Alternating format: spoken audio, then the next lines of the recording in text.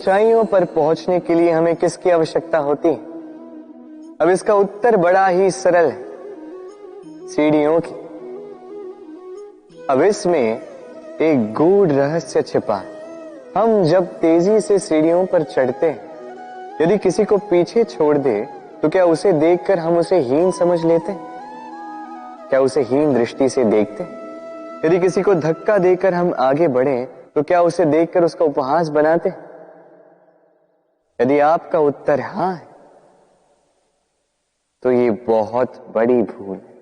आप सीढ़ियों में जिनसे भी मिले मधुर संबंध बनाए रखिएगा, स्नेहपूर्वक व्यवहार रखिएगा, विनम्र रहिएगा, क्योंकि जिस सीढ़ी से आप चढ़ रहे हैं, स्मरण रखिएगा, उसी सीढ़ी से पुनः आपको नीचे भी उतरना है। यदि ये सीढ़ी ही ना रही तो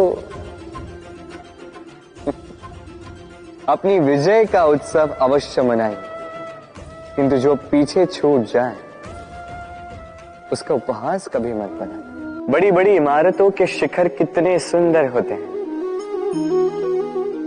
किंतु क्या कभी आपने इस बात पे ध्यान दिया है कि इन सुंदर शिखरों पर पहुंचने के लिए आपको धरती पर पांव रखना ही पड़ता। इन सुंदर शिखरों पर पहुंचकर चमकने के लिए आपको एक सशक्त आधार की आवश्यकता होती ही है। यदि आप बिना किसी सशक्त आधार के, बिना इस धरती के आधार के केवल ऊंचाई की ओर अग्रसर होते जाओगे तो सदा असफल रहोगे। इसलिए अपने स्वप्न को पाने की इस यात्रा में अपना आधार उसे ना खोएं, अपने आधार से मत भटकिएगा, क्योंकि यदि ऐसा हुआ तो आप अपने स्वप्न तो पा ही नहीं सकेंगे, साथ ही अपना आधार भी खो देंगे। यदि आपको जीवन में सफलता प्राप्त करनी है तो 100 लोग मिल जाएंगे आपको, जो 100 तरीके बताएंगे आपको सफलता प्राप्त करने के। घंटों तक परिश्रम, प्रयास, सहयोग, निश्चय, इन विषयों पर भाषण देते रहेंगे।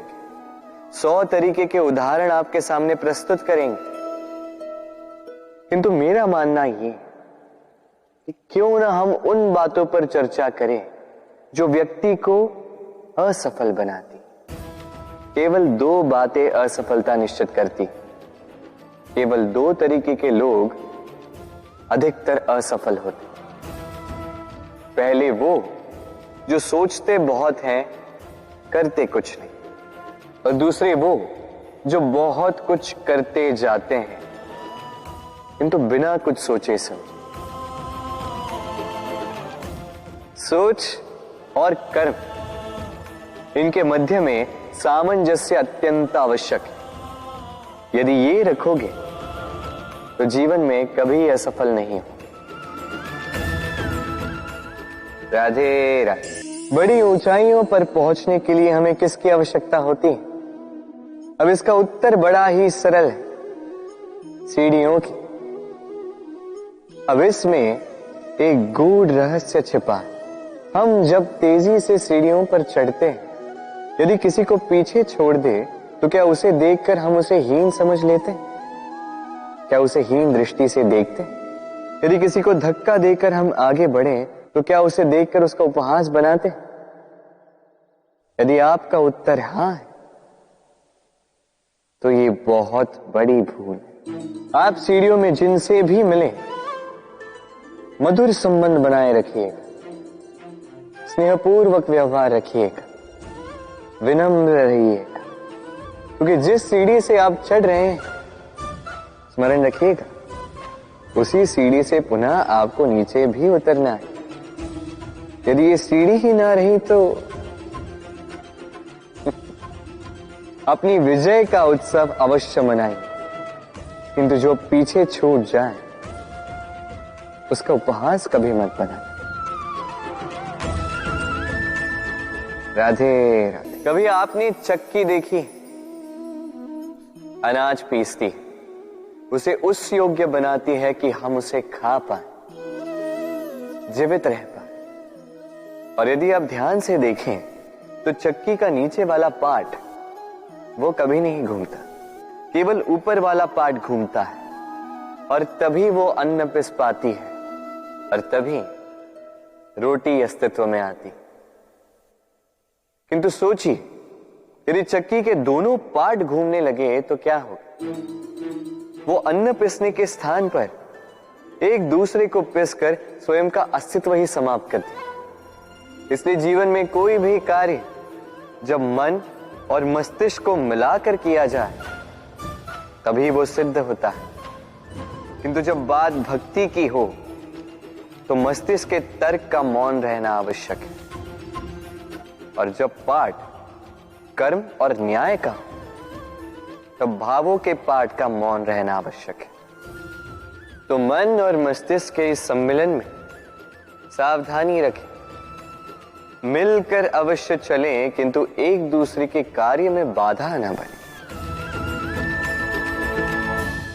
राधे राधे। आपने कई लोगों को यह कहते हुए सुना होगा, इस व्यक्ति के दृष्टिकोण में दम्भ है, इस व्यक्ति की आंखों पर अहंकार का पर्दा छाया हुआ है, आदि इत्यादि। चलिए आपसे एक प्रश्न पूछता, आप देखते किससे? दृष्टि से या दृष्टिकोण से? सोचिए, विपदा में पड़ गए होंगे आप। दृष्टि किसी भी वस्तु या किसी भी व्यक्ति का केवल बाह्य रूप दिखाती है, जबकि दृष्टिकोण आपको सीधे वास्तविकता से अवगत कराता है। उदाहरण स्वरूप चंद्रमा। चंद्रमा हम सभी ने देखा। कई लोग ऐसे हैं जिन्हें चंद्रमा अत्यंत सुंदर प्रतीत होता है, जबकि कई लोग ऐसे भी जो सुंदर चंद्रमा में भी दाग ढूंढ ही लेते हैं। ये है दृष्टिकोण। यदि अपने दृष्टिकोण में प्रेम रखोगे, आदर रखोगे, संभ्रम रखोगे, तो बदले में आपको भी प्रेम और सम्मान अवश्य मिलेगा। अब देखिए, ईश्वर की मूर्ति को धुल कर निकला पानी चरणामृत कहलाता। कारण है दृष्टिकोण। अब पत्थर को भगवान समझकर नमन करोगे या भगवान को पत्थर समझकर ठुकरा दोगे?